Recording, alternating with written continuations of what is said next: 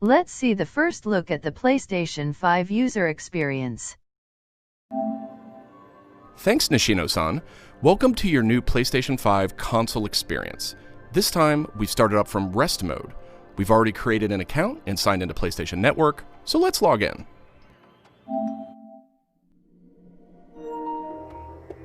In this case, I've resumed right where I left off in Sackboy: A Big Adventure, and here we're looking at PlayStation 5's Control Center. From here, it's one click and we're right back into the game, but let's take a moment and look around. The Control Center is always one tap of the PlayStation button away. It provides immediate access to almost everything you need from the system without leaving the game. This includes things like seeing who is online, checking the status of a download, managing your controller, power, and more.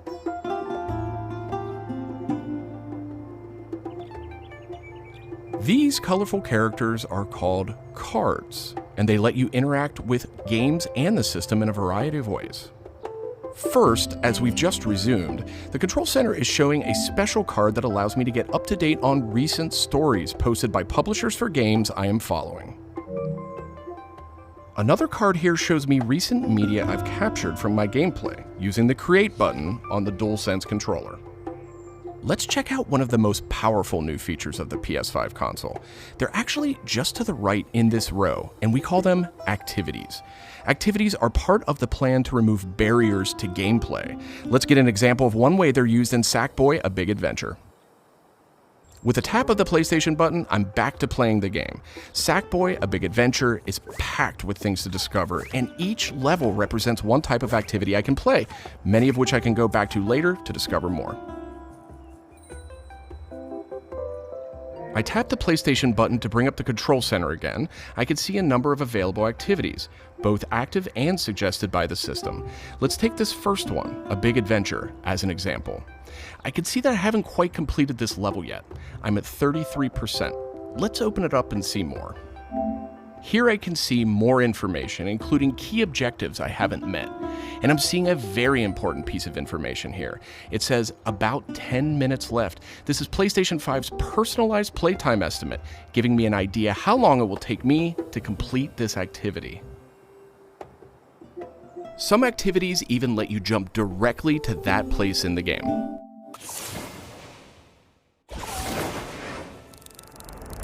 But there's more to see here.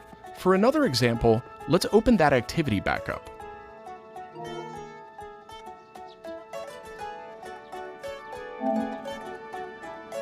It looks like I missed an objective to find the monk robe's costume piece. Looks like I need a little help. Some in-game activities, like this one, offer official game help. Game help is included as a benefit for active PlayStation Plus members in some PS5 games. In this case, I can open up that objective to get some hints without resorting to a web search or digging through long videos or articles that might contain spoilers. This particular hint is a video, and I can play it here in the card, and I can expand it to get a bigger view without leaving the game. Sometimes it's really useful to be able to see the hint on screen while you play. Some cards can be put in a picture-in-picture mode, or, as shown here, a side-by-side view. Super cool.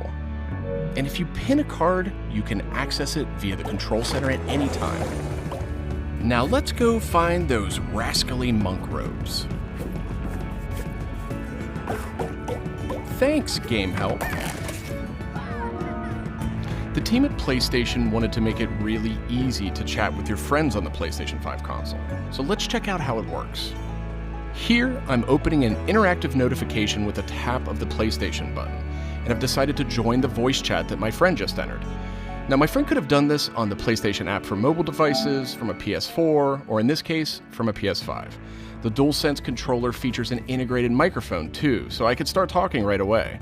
But I always have the ability to hit the mute button on the controller or in the menus.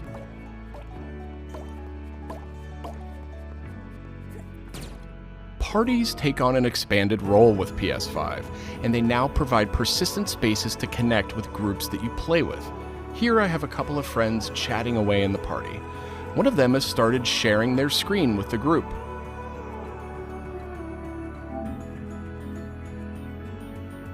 Looks like they're playing Uncharted: The Lost Legacy. We can chat while we play, and I can watch his progress as well.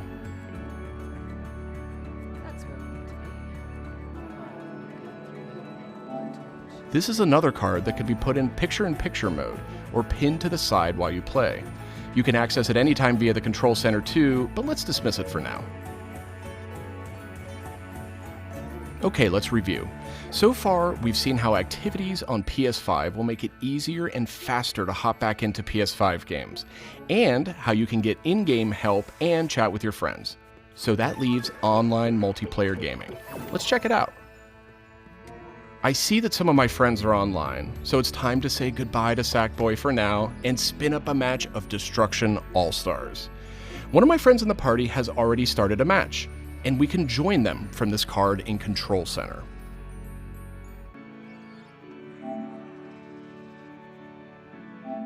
And there we go. Destruction All-Stars now quickly starts thanks to PS5's ultra-high-speed SSD.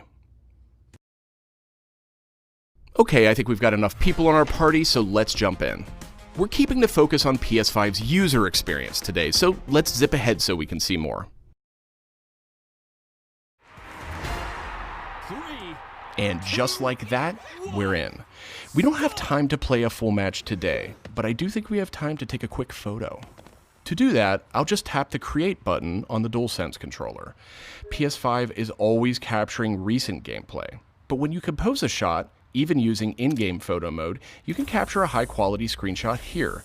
This optimizes capturing the moment, letting you review and choose to share later on.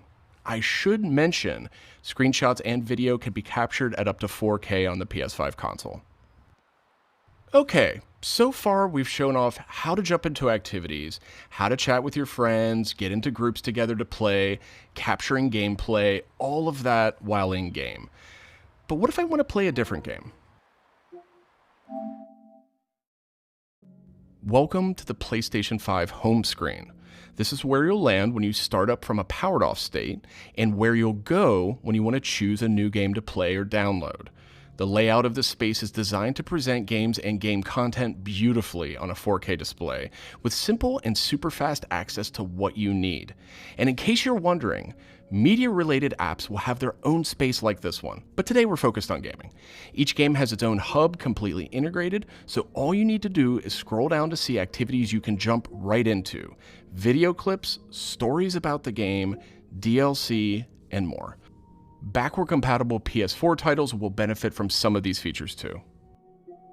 Let's move one spot to the left and check out Explore, which brings together all your games. We saw a view of this from the Control Center earlier, and another view will also be in the new PlayStation app for mobile devices. Explore keeps you in the loop with official stories from PlayStation and from all the games you're following, including trending media from the community. We'll be testing and learning about this feature in the US at launch, so not everyone will have this on day one, but it gives you a good idea of the direction. And this is PlayStation Store for PS5. It's completely integrated into the system. It's not a standalone app anymore. Browsing for new games to play will be easier thanks to the speed of PS5 and a more personalized store experience. And here, you'll be able to browse the latest games and deals. You'll find PS5 games and many backward-compatible PS4 games too. I'm sad to say, but we are almost out of time. So let's pull up Control Center one more time with a tap of the PlayStation button. On our way out, why don't we quickly share that photo we took in Destruction All-Stars? We can find recently captured media in this handy card in Control Center.